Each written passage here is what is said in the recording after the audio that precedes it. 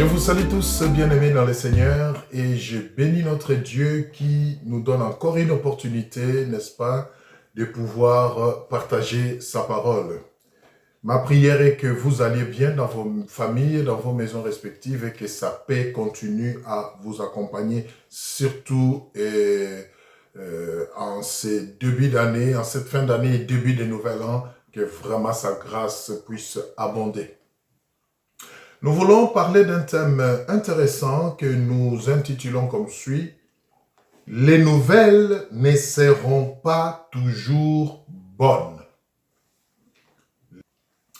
Oui, bien-aimés dans le Seigneur, vous savez, tant que nous serons sur cette terre des vivants, les nouvelles ne seront pas toujours bonnes. Il y en aura qui seront bonnes et il y en aura qui ne seront pas du tout bonnes. Et la Bible même en parle. Et c'est quelque chose, quand on est averti, ça amortit les chocs. La vie sur terre ne sera jamais parfaite. La vie sur terre ne sera jamais en ligne droite. Non. Elle sera toujours en ligne courbée, comme on dit.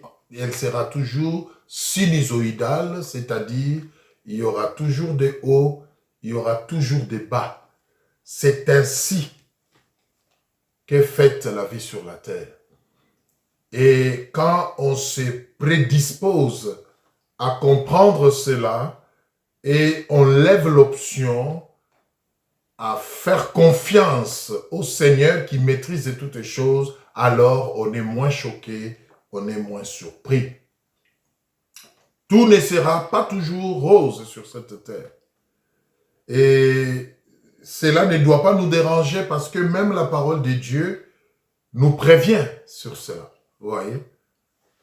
Alors, au lieu de se faire d'illusions, au lieu de se faire de faux raisonnements, c'est mieux d'être conséquent, n'est-ce pas, et de s'assumer. C'est très important.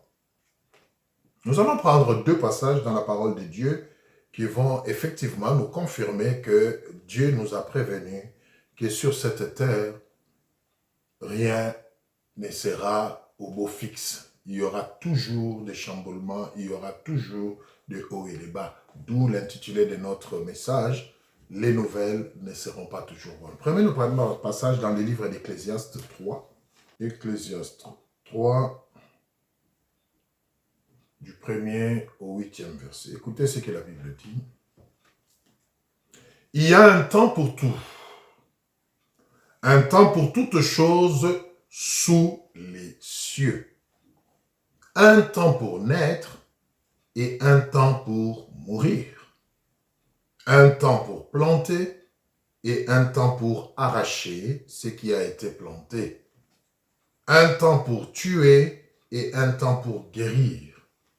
Un temps pour abattre et un temps pour bâtir. Un temps pour pleurer et un temps pour rire. Un temps pour se lamenter et un temps pour danser. Un temps pour lancer des pierres et un temps pour ramasser des pierres. Un temps pour embrasser et un temps pour s'éloigner des embrassements. Un temps pour chercher et un temps pour perdre. Un temps pour garder et un temps pour jeter. Un temps pour déchirer et un temps pour coudre. Un temps pour se taire et un temps pour parler. Un temps pour aimer et un temps pour haïr. Un temps pour la guerre et un temps pour la paix. Oui. La parole de Dieu est claire. Et j'aime la manière dont cela est introduit. On dit, il y a un temps pour tout. Un temps pour toutes choses sous les cieux. Donc, si même la parole de Dieu en parle, bien-aimés, posons-nous la question alors, pourquoi nous devons faire fi de ça? Pourquoi nous ne devons pas en prendre compte? Et ce qui est encore profond, c'est que même nous qui sommes enfants de Dieu, même nous qui avons donné notre vie à Jésus-Christ, la parole de Dieu nous prévient que tant que nous serons sous les cieux, c'est-à-dire sur cette terre, il y aura un temps pour toutes choses. Il y aura un temps pour de bonnes nouvelles, il y aura un temps pour de mauvaises nouvelles. Il y aura le haut, il y aura le bas, il y aura le positif, il y aura le négatif. Il y aura toujours quelque chose pour nous réjouir, comme il y aura toujours quelque chose pour nous irriter. On dit qu'il y a un temps pour naître, oui, mais il y a aussi un temps pour mourir. Il ne faut pas l'ignorer, il faut le savoir. Il y a un temps pour aimer. Il y a aussi un temps pour haïr, bien-aimé. C'est important. Quand vous étiez ignorant, vous aimiez ce monde, les désirs de la chair. Mais maintenant que vous connaissez le Seigneur, c'est le temps de haïr ces choses, de les détester, de les repousser. Oui. Alors, l'équilibre vient quand? L'équilibre vient justement quand on sait se positionner avec l'attitude adéquate selon le temps qui se présente. Selon la nouvelle ou les nouvelles qui se présentent. C'est là, au fait, que se jouent les choses. Et malheureusement, c'est à ce niveau-là que souvent nous perdons la pédale, que souvent nous nous renions même. Mais le Seigneur aimerait nous interpeller aujourd'hui pour que nous puissions changer d'attitude. On va prendre un deuxième passage, Jacques 5, 13 à 5. Jacques 5, pardon, 13 à 5. Écoutez ce que la Bible dit.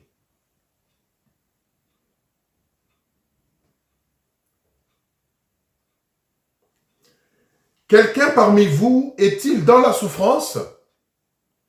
Qu'il prie.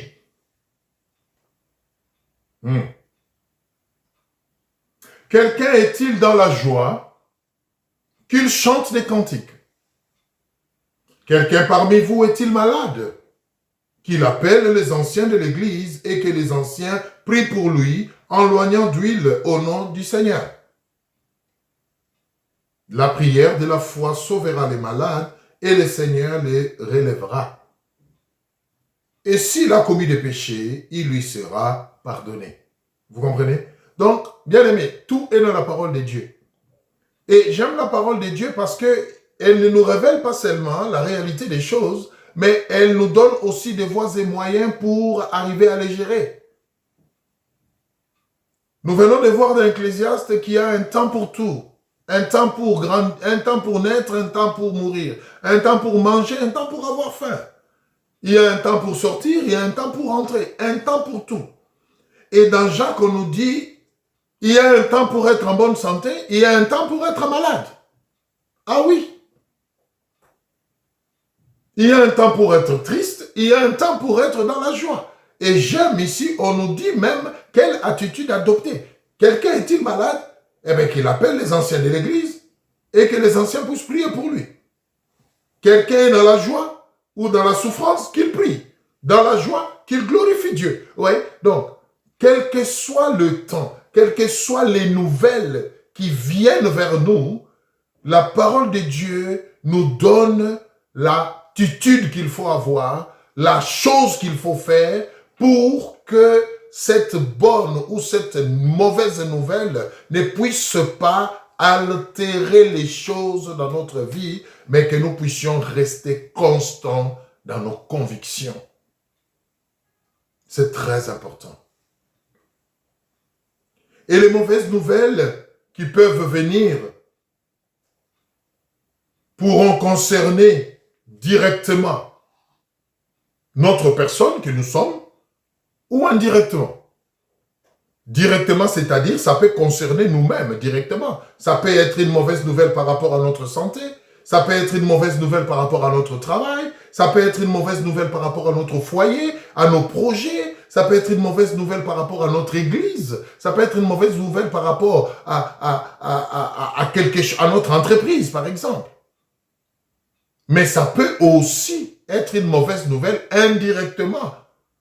Pour nous, c'est-à-dire, ça ne nous touche pas directement, mais ça touche les gens qui nous sont chers. Ça touche notre nation, ça touche notre église, ça touche notre famille, nos enfants. Les mauvaises nouvelles peuvent concerner votre mari, par exemple, ou votre femme, vous voyez. Mais d'une manière ou d'une autre, nous ne sommes pas à l'abri des mauvaises nouvelles. Nous ne sommes pas à l'abri des choses de nature à nous irriter ou à nous choquer ou à nous décourager tant que nous serons sur cette terre. Nous devons en être conscients. Et le Seigneur ne nous a pas laissés ignorants par rapport à cette vérité. Quand nous lisons Ésaïe 43 de 1 à 5, Ésaïe 43, 1 à 5 pour ceux qui écrivent. Qu'est-ce que la Bible nous dit? J'aimerais qu'on lise ça. Écoutez ce que la parole de Dieu dit. Ésaïe, écoutez ce que la parole de Dieu dit. Ainsi parle maintenant l'Éternel qui t'a créé, ô Jacob. C'est lui qui t'a formé. Dieu commence par te préciser que c'est lui qui t'a formé, ô Israël. Ne crains rien, car je te rachète, je t'appelle par ton nom. Tu es à moi. Le Seigneur commence par rassurer, commence par donner de l'espérance. Mais écoutez la suite. Si tu traverses les eaux, je serai avec toi. Et les fleuves, ils ne te submergeront point. Si tu marches dans le feu, tu ne te brûleras pas et la flamme ne t'embrasera pas. Pourquoi? Car je suis l'Éternel ton Dieu, le Saint d'Israël ton sauveur. Je donne l'Égypte pour ta rançon, l'Éthiopie et Saba à ta place. 4. Parce que tu as du prix à mes yeux, parce que tu es honoré et que je t'aime. Je donne des hommes à ta place et de peuples pour ta vie. Ne crains rien, car je suis avec toi. Nous pouvons nous arrêter là. Vous comprenez? Donc, l'adversité est une caractéristique de ce monde, de la vie sur terre. Parce qu'il y en a qui sont étonnés qu'il y ait des mauvaises nouvelles, qu'il y ait de mauvaises choses qui arrivent dans leur vie.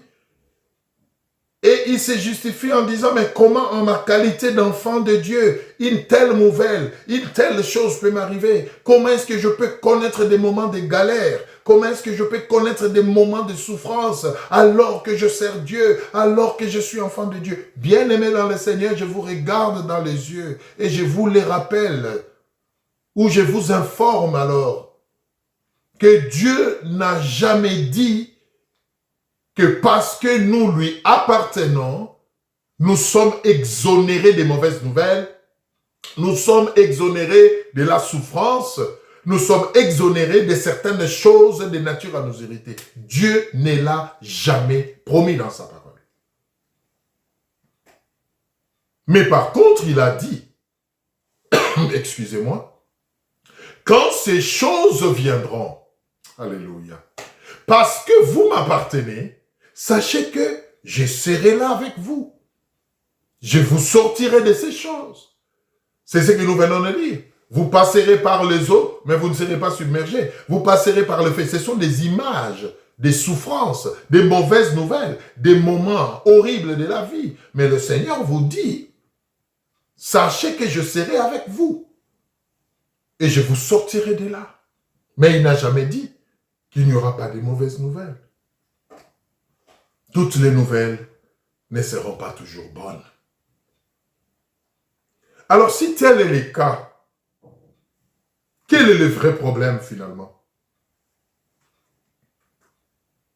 Si toutes les nouvelles ne seront pas toujours bonnes, si la vie sous le soleil est sujette à des hauts et à des bas, s'il y a un temps pour tout, où il faut être dans la joie et être triste, et qu'il faut chercher l'équilibre, mais maintenant, en quoi s'en tenir finalement? C'est là le cœur même de notre message de cette fois-ci. C'est très important. Alors, cela nous amène à dire ceci, le vrai problème, en définitive, ce n'est pas les mauvaises nouvelles en elles-mêmes. Non. Mais c'est l'attitude que nous décidons de prendre ou d'afficher face aux nouvelles, aux mauvaises nouvelles. Je répète cela. Le vrai problème dans ces cas, en définitive, ce n'est pas qu'il y ait des mauvaises nouvelles. Ce n'est pas qu'il y ait un temps pour tout, le temps de joie ou de malheur. Ce n'est pas ça le vrai problème. Mais le vrai problème, c'est l'attitude, la manière, la gestion que nous faisons des mauvaises nouvelles. Qu'est-ce que vous décidez de faire en face des mauvaises nouvelles? Qu'est-ce que vous décidez de faire quand vous êtes dans le haut ou dans le bas? Qu'est-ce que vous décidez de faire quand un temps de joie arrive ou un temps de tristesse arrive? Qu'est-ce que vous décidez de faire? Quelle attitude vous décidez de prendre quand vous êtes malade ou quand vous êtes dans la bonne santé? C'est là, au fait, le vrai problème. Mais la mauvaise nouvelle ou la mauvaise situation ou le mauvais temps en eux-mêmes ne sont pas des problèmes. La gestion que vous faites des mauvaises nouvelles. Alors, nous allons rapidement voir différentes attitudes que les communs des mortels peuvent afficher. Il y en a par exemple qui décident devant les mauvaises nouvelles de se taire tout simplement et d'endurer. Car ils se disent en eux-mêmes d'emblée, il n'y a rien à faire. C'est une attitude, c'est une option. J'ai subi, je prends tel que ça vient, parce que j'estime que je n'ai rien à faire.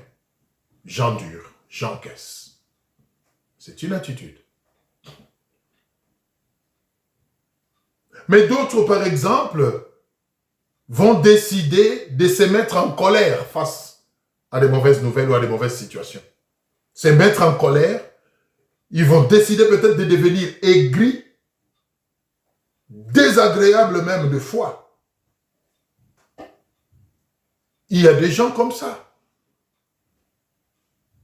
Ils passent tellement dans des moments de souffrance qu'ils n'arrivent pas à gérer, qu'ils n'arrivent pas à maîtriser, qu'ils deviennent désagréables parce qu'au fait, pour lui, la vie n'a aucun sens, il n'a plus rien à perdre, il devient aigri, méchant et même désagréable vis-à-vis des autres. Ça aussi, c'est une option que certains ont levée. Il y en a d'autres.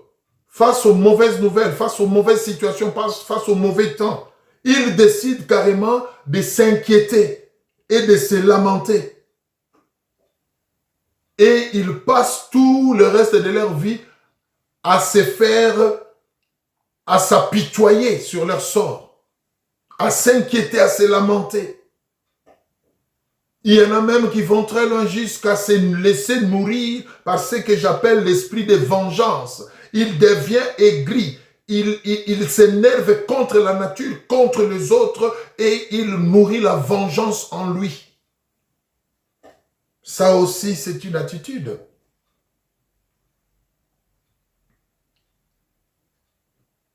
En un mot, bien-aimé, plusieurs attitudes peuvent être affichées donc devant des mauvaises nouvelles.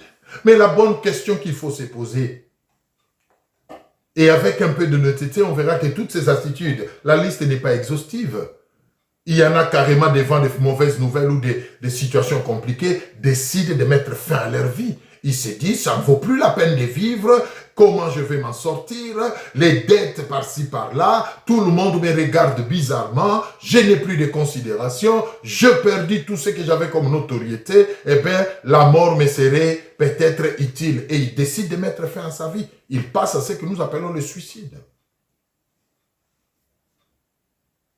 Cependant, avec un peu d'honnêteté, comme je venais de le dire, nous nous rendrons compte que toutes ces attitudes que nous avons citées, et même celles que nous n'avons pas citées, que vous connaissez, que vous pouvez imaginer, ne peuvent rien changer, malheureusement.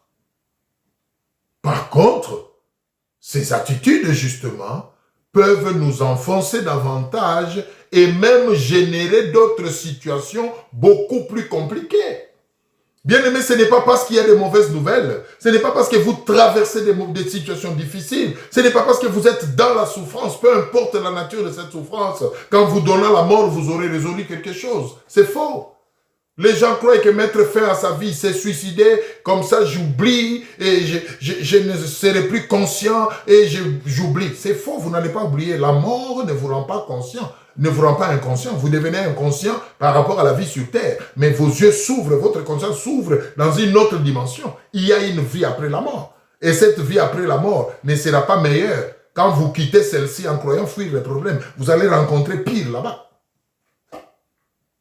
Ce n'est pas en vous inquiétant, en devenant désagréable, aigri, devenant méchant, violent, agressif et même criminel, parce que vous traversez des moments durs, vous estimez que la société est contre vous, que vous allez résoudre le problème. Mais non, par contre, vous allez en créer d'autres et qui vont encore vous enfoncer dans votre situation. Vous comprendrez que toutes ces attitudes ne résolvent pas les problèmes. Non. Alors, si tel est le cas, quelle est la bonne chose à faire? Quelle est la bonne attitude à prendre? Ça, c'est une question indispensable que nous devons nous poser. Si les nouvelles sous le soleil ne seront toujours pas bonnes, si les situations sur la terre ne seront toujours pas bonnes, s'il y aura toujours des hauts et des bas, s'il y aura toujours des jours de joie et de tristesse, s'il y aura toujours des jours de naissance et de mort, s'il y aura toujours des jours de célébration et de lamentation, quelle est la bonne attitude? Et si tout ce que les hommes prennent comme attitude n'arrive pas à changer les choses, alors qu'est-ce qu'il faut faire? Bien-aimé, une seule chose peut répondre positivement à cette question. Une seule chose, c'est la parole de Dieu. Seule la parole de Dieu peut donner une réponse suffisante et satisfaisante à cette polémique de la vie sur terre où les nouvelles ne seront pas toujours bonnes, où on peut se lever le matin avec la joie et finir sa journée avec une tristesse outre mesure, où on peut rire le matin et en plein midi se retrouver coincé. Seule la parole de Dieu peut nous donner l'équilibre dans ces choses, peut nous indiquer la bonne attitude à prendre pour s'en sortir. Pas une doctrine humaine, pas la sagesse humaine, rien sur cette terre ne peut résoudre cette difficulté si ce n'est la parole de Dieu. C'est important, bien-aimé. Seule la parole de Dieu peut être le vrai remède à cette instabilité des choses sur la terre. La parole de Dieu nous répond à cette question en nous révélant l'attitude la meilleure à prendre et qui peut produire un miracle dans notre situation, qui peut changer les choses. Toute autre attitude que vous puissiez prendre, bien-aimés, rationnelle soit-elle, si elle n'est pas fondée, basée sur la parole de Dieu, vous serez frustré. Vous serez frustré.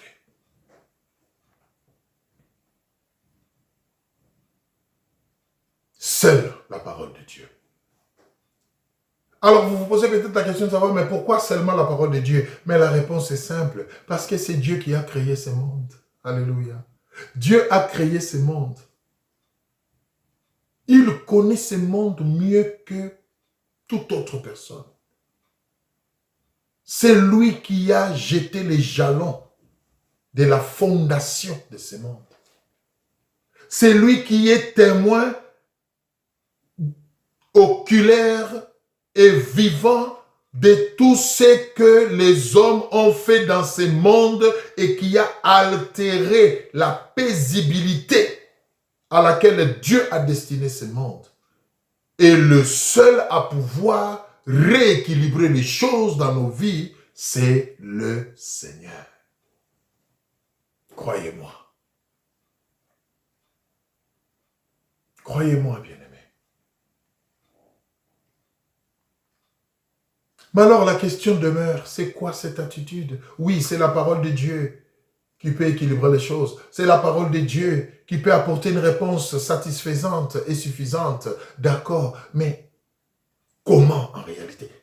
De manière pragmatique, qu'est-ce qu'il faut faire? Alors là, nous allons prendre rapidement quelques passages dans la parole de Dieu où nous allons lire avant de tirer notre conclusion. Premier passage que nous prenons, c'est Jacques 5, 13 à 5. Je venais déjà de le lire, je veux le relire encore. La parole de Dieu nous donne les remèdes, n'est-ce pas? Selon que les nouvelles sont bonnes ou mauvaises, selon que la situation est bonne ou mauvaise, quelle attitude prendre, quelle action mener, quel est le remède pour que nous puissions rester en équilibre. Alors, Jacques 5, 13 à 15. Quelqu'un parmi vous est-il dans la souffrance? Qu'il prie. Ah oui. Quelqu'un est-il dans la joie? Qu'il chante des cantiques. Voilà par exemple une solution que la parole de Dieu donne. Tu es dans la souffrance? Ce n'est pas en te lamentant du matin au soir que tu vas changer quoi que ce soit. Ce n'est pas en racontant ton malheur à tous les passants de la rue que tu vas changer quoi que ce soit. Non. Ce n'est pas non plus en te mortifiant ou en t'apitoyant sur ton propre sort que tu vas changer. Non. Prie. Il y a un Dieu qui t'a créé. Il y a un Dieu qui connaît toutes choses. Il y a un Dieu qui peut tout. La parole de Dieu te dit, tu es dans la souffrance, prie. Invoque Dieu. Mais est-ce que nous le faisons? Est-ce que nous le faisons? Nous préférons passer toute la journée en train de répéter nos souffrances à toutes les personnes qui nous visitent, au lieu de prendre un temps seul avec Dieu pour lui en parler, sachant que lui est capable de changer la situation. Toutes les personnes à qui vous racontez vos malheurs, mais sachez qu'ils en ont eux aussi.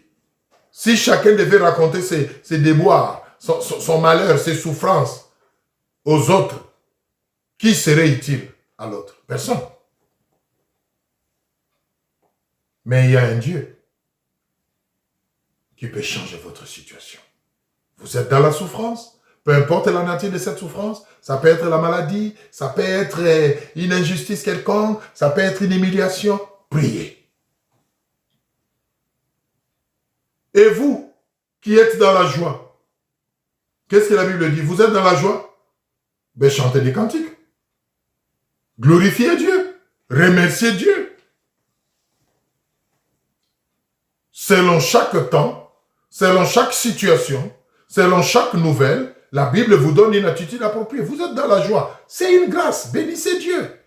Vous arrivez à la fin de l'année en bonne santé. C'est une grâce. Bénissez Dieu. Mais ce n'est pas une occasion pour aller s'enivrer, pour aller se livrer à des choses qui pourront changer votre situation en malheur. Mais glorifiez Dieu, rendez grâce. Ne vous moquez pas de ceux qui sont dans la tristesse, compatissez et réjouissez-vous parce que vous, vous êtes dans la joie. C'est clair dans la parole de Dieu. C'est très important, bien-aimé. Le verset 14. Quelqu'un parmi vous est-il malade? Qu'il appelle les anciens de l'église et que les anciens prient pour lui. Encore une fois, la prière. La prière. La prière. C'est très important. Prenons un deuxième passage.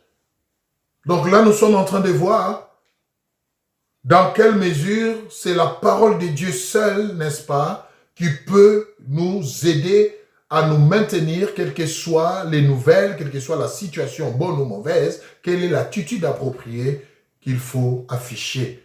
Psaume 55, par exemple. Qu'est-ce que la parole de Dieu nous recommande? Et invoque-moi au jour de la détresse. Je te délivrerai et tu me glorifieras. Voilà un autre remède, une autre piste.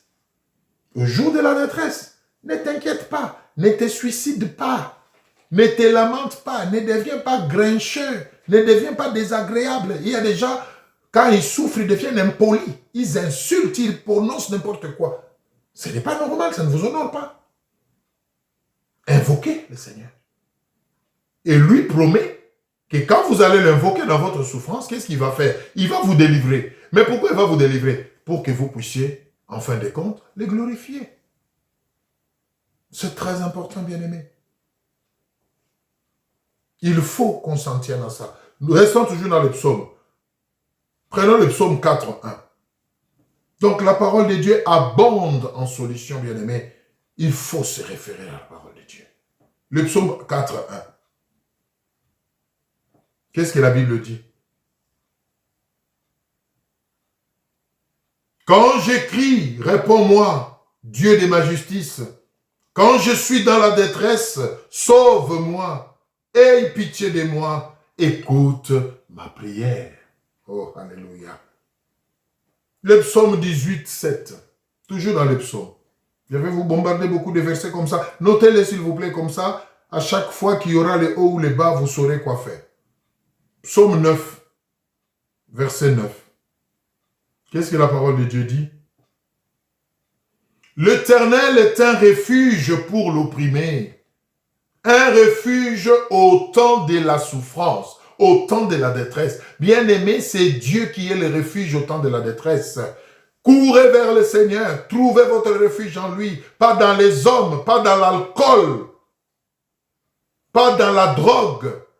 Il y a des gens qui estiment qu'ils sont tellement dans la souffrance, qu'ils ont échoué dans la vie, qu'ils ne comprennent plus rien et la solution c'est l'alcool. Ils sont ivres à tout moment, ils sont dans la drogue, mais vous vous détruisez, vous ne résolvez pas les problèmes, vous créez d'autres soucis de santé. C'est le Seigneur qui est le vrai refuge dans la détresse, dans la souffrance. Pourquoi? Tout simplement parce que lui a la possibilité, si pas la capacité, j'allais dire mieux, de changer votre situation. De changer votre situation. Psaume 59. Nous sommes toujours dans les psaumes. Psaume 59, nous lisons 16 et 17. Psaume 59. Psaume 59, 16 et 17. Écoutez. Et moi, je chanterai ta force dès le matin. Je célébrerai ta bonté. Car, écoutez, tu es pour moi une haute retraite, un refuge au jour de la souffrance, au jour de ma détresse. Bien-aimés, méditez la parole de Dieu. Ça va vous ouvrir les yeux. Vous passez beaucoup de temps à pleurer. Ce n'est pas en pleurant toute la nuit que vous allez changer votre situation. Ce n'est pas en pleurant toute la nuit que votre mari qui vous a fouillé en désertant le foyer va revenir. C'est faux. Mais par contre, en pleurant toute la nuit, vous allez manquer d'énergie, vous allez vous épuiser, vous allez créer la gastrite et qui va encore compliquer votre santé et vous n'aurez pas seulement le problème de désertion de votre mari, mais vous aurez aussi des problèmes de santé. Donc, vous aurez ajouté un problème sur un autre. Mais quand vous vous confiez au Seigneur, quand vous pleurez devant lui, c'est un Dieu compatissant. Il ne reste pas indifférent. Il vient à votre secours. Il vous sort de là pour que vous puissiez chanter sa gloire. Changez d'attitude. Les nouvelles ne seront pas toujours bonnes, mais c'est l'attitude qui compte. Vous pouvez rester serein dans des mauvaises nouvelles, dans des mauvaises situations, parce que vous vous confiez à Dieu. C'est possible. Vous pouvez être malade, mais avec la paix du cœur, parce que vous vous êtes confié à Dieu. Mais vous êtes troublé, vous êtes effrayé, parce que vous n'avez pas un soutien sûr.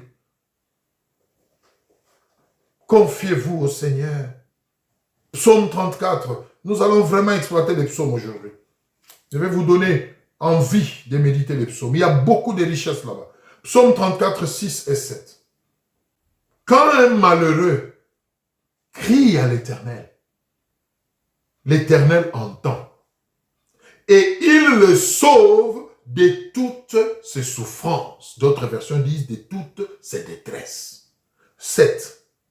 L'ange de l'Éternel campe autour de ceux qui les craignent et il les arrache au danger. Oh, alléluia. Oh, alléluia. Verset 8. Sentez et voyez combien l'Éternel est bon. Heureux l'homme qui cherche en lui son refuge. Bien-aimés, en qui est-ce que cherchez-vous le refuge quand les situations ou les nouvelles ne sont pas bonnes? Si ce n'est pas en Dieu, je vous plains. Et enfin, Jérémie 33:3, vous connaissez les fameux versets. Invoque-moi et je te répondrai. Je te révélerai des choses cachées, des choses que tu ne connais pas. Il y a des choses qui sont cachées derrière ta souffrance, derrière ta situation. Il y a des choses qui sont cachées derrière ta galère que tu ne connais pas. Mais quand tu vas invoquer Dieu, il va te les révéler. Et quand tu le connaîtras, tu agiras en conséquence et tu verras que la situation va marcher, va changer. Que Dieu nous aide à lui faire confiance. Nous faisons confiance à nos médecins, alors que malgré toute leur bonne foi, des fois, ils sont limités. Il y a des médecins qui vous regardent dans les yeux, vous disent, en tout cas pour votre cas, nous ne pouvons plus rien. La science n'a encore rien trouvé comme solution. Mais si vous n'avez pas Dieu, vous êtes fini. Dieu a toute solution, quels que soient les problèmes. Tous ces passages, bien-aimés, nous amènent à dire une chose, c'est que l'attitude idéale à adopter face aux mauvaises nouvelles ou aux mauvais temps, c'est d'invoquer le Seigneur. C'est de continuer à lui faire confiance, car il est fidèle à sa parole. Quand il promet, il finit par réaliser, même si cela prend du temps. Oh, vous êtes en train de vous dire, mais qu'est-ce qu'il raconte ce jeune homme? Moi, ça fait combien de temps que j'écris à ce Dieu-là, mais je ne vois toujours rien. Bien-aimé, persévère, ne baisse pas les bras. C'est encore mieux de continuer à crier à lui que de faire n'importe quoi. Car il reste demeure le seul à pouvoir changer votre statut. Persévérez, il finira par vous entendre. Croyez-moi. Croyez-moi, il finira par vous entendre. Il finira par vous entendre. Ne baissez pas les bras. Vous ferez mieux de continuer à compter sur lui que de baisser les bras. Parce que baisser les bras, ça va encore vous achever beaucoup plus. Alléluia. C'est très important. Et enfin, nous clôturons ce message avec les psaumes 91. Oh, les psaumes 91. Je prie que cela soit une prière pour chacun. Oui, faites de ces psaumes une prière cette nuit, quelle que soit la situation que vous traversez. Et croyez-moi, la donne devra changer. Psaume 91. Qu'est-ce que la Bible dit? Nous lisons à partir du premier verset. Celui qui demeure sous l'abri du Très-Haut repose à l'ombre du Tout-Puissant. J'ai dit à l'Éternel, mon refuge et ma forteresse, mon Dieu en qui je me confie. Car c'est lui qui te délivre du filet de l'oiseleur, de la peste et de ses ravages. Il te couvrira de ses plumes et tu trouveras un refuge sous ses ailes. Sa fidélité est un bouclier et une cuirasse. Tu ne craindras ni les terreurs de la nuit, ni la flèche qui vole de jour, ni la peste qui marche dans le ténèbre, ni la contagion qui frappe en plein midi. Que 1000 tombent à ton côté et 10 000 à ta droite, tu ne seras pas atteint. De tes yeux seulement, tu regarderas et tu verras la rétribution des méchants, car tu es mon refuge, ô Éternel. Tu fais du Très-Haut ta retraite. Bien-aimé, fais du Très-Haut ta retraite en cette fin d'année, en cette nouvelle année. Fais du Très-Haut ta retraite.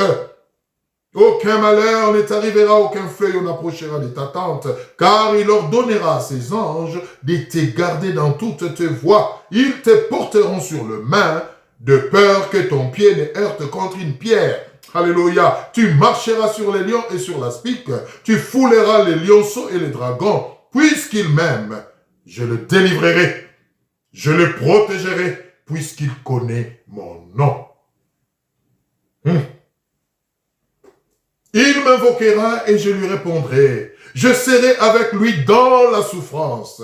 Je le délivrerai et il me glorifiera. Je les rassasierai de longs jours et je lui ferai voir mon salut. Bien-aimés, nous terminons par là. Faites de ces psaumes 91 de 1 à 16 votre prière en cette fin d'année et en ce début de nouvel an. Prenez la décision, quelle que soit la nouvelle, bonne ou mauvaise, de vous confier à Dieu. C'est alors que vous vaincrez. Arrêtez de pleurer, arrêtez de devenir désagréable, arrêtez d'être impoli, parce que vous souffrez. Souffrir ne signifie pas perdre la bonne éducation qu'on a reçue. Arrêtez d'être désagréable. Confiez-vous au Seigneur. Sa paix gardera vos cœurs dans la quiétude. Nous nous arrêtons là, bien-aimés, et je prie vraiment que le Seigneur vous bénisse et que le Saint-Esprit, le meilleur enseignant, puisse répercuter cet enseignement dans votre cœur.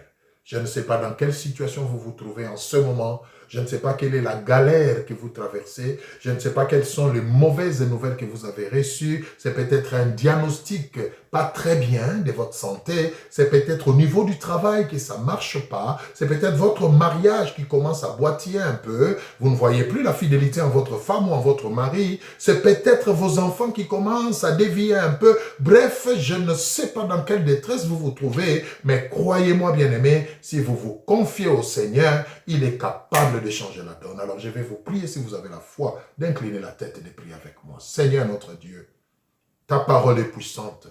La Bible dit, tu envoyas ta parole et ta parole est guérie.